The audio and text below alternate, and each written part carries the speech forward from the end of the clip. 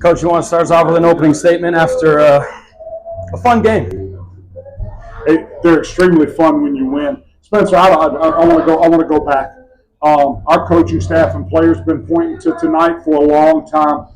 We lost to that coaching staff, believe it or not, in double overtime last year. So we lost to them in double overtime, and we knew we were playing most of the same players tonight. We worked really hard spring, summer, all the way through camp, and we've had our eye on this game for a long time. This is Southern Utah's first FBS. Sorry, my voice is iffy right now. I did a little bit of yelling earlier tonight, but it's okay. You get to celebrate too. Yeah. We're all T-Birds. 11 years since the last FBS win. What does it mean for you in year 3 to get the program to that level? Yeah, it's my first. It's my first in my career as a player and coach because I was an FCS player. So it's pretty special and a pretty special environment against a good football team. What sort of guts did your team show tonight, down 17-6 on defense late in the second quarter, and you look up and you have a touchdown lead and they haven't scored a point since that moment late in the fourth? So Spencer, we have some holes, one of which is the head coach here is not very good. He's got a big mouth and puts kids in some bad situations. All we are is guts. That's all our football program is blood and guts. Team ran the ball for well over 200 yards tonight. This guy sitting next to you had 183 with no negative rushes today. What was working with your ground game? Yeah, an absolute warrior. 20 carries for 183 yards and no loss of yardage plays. It's pretty impressive. But Targhee's earned this. How hard he's worked since he joined us in June of 23. Since he's joined us, how hard he's worked on and off the field. Love him to death, and the thing I'm most proud of Targhee about is how far he's come in the classroom, and he's a good student, does a nice job there, but nobody shows up to the weight room earlier, and nobody leaves later than him, and nobody works harder, and he's earned this. Targhee, I want to go to you for a moment. Yeah. 183 yards, 2 touchdowns today. How great was your offensive line? Oh, they were tremendous. I mean, I couldn't do anything without them.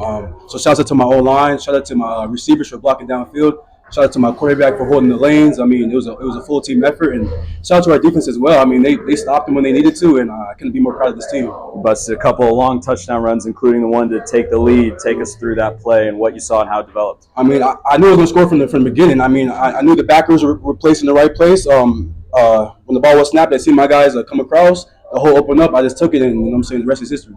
When you look at a game like this, and as Coach pointed out when we first got up here and we're looking at the stats, no negative rushing yards. How do you do something like that against? I mean, it's not really me. It's more about my O-line and my quarterback controlling the gaps. So I mean, shout out to my O-line again. You're allowed to take a little bit. A little bit.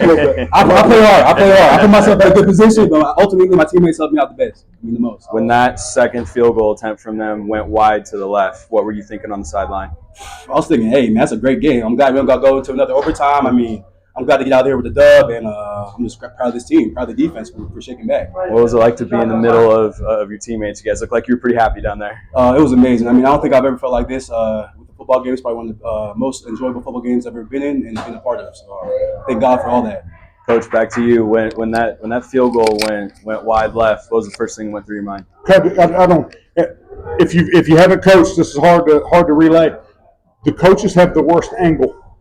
So when it comes off his foot, if it's going right, you hope you see the pole between the ball when the ball goes, and if it's going left, you hope you see the ball between you and the pole. And we saw the ball between us and the pole. Might have confused some people, but we had coaches and players had the worst angle. Talk about the play of your quarterback Jackson Berry tonight. Yeah, Jackson's Targhee, myself, Jackson, everybody else in our football program has room for improvement. The best is yet to come for us. Same thing with Jackson. But boy, he got moxie, and you brought up guts. He got moxie, and he's got guts, and his little 5'10" rear end, 5'10", 170-some pounds, running around, just a football player, just a flat football player. And to be from Prosper, Texas, and to come home and beat the FBS school, you figure a lot of FBS schools and a lot of FCS schools passed over Jackson in the high school recruiting process. What did you see from your defense tonight? I saw them learn from their mistakes. We were awful the first 2 drives, guys. Absolutely awful. And I looked up, I was like, ooh, we better start running the ball. We're going to lose by 70. And they learned from their mistakes. We started playing harder, started playing faster. We have to start faster. We have to start faster, offense, defense, and special teams. We can casually forget about this, but it's 2 missed field goals in the first half. If we hit 1 out of those 2 field goals, we don't make it to overtime. It doesn't get to overtime. But our defense started out sluggish and slow, and then they figured it out and played really, really fast at the end. Spencer, there's pluses and negatives. We did enough to win. We did enough to win. I thought they played really, really hard. And take away the last drive of the second half, our defense was lights out in the second half. First touchdown was a little razzle-dazzle. Talk about that play and how it came about and what you saw in that execution. Yeah, that's the beauty of having 2 offensive coordinators. That's the beauty of having an offensive coordinator that's a young buck. He's got some creativity. He's not. If you let me call the offensive plays, we're going to run power 65 straight times. Now we might run it 3 or 4 different ways, but it's going to be power, power, power. But you got those young guys coordinating the run game and the pass game together, and they're pretty creative. Final thoughts, Coach? My final thoughts. We can't rest on our laurels. We cannot rest on our laurels, and we have to leave here and get better.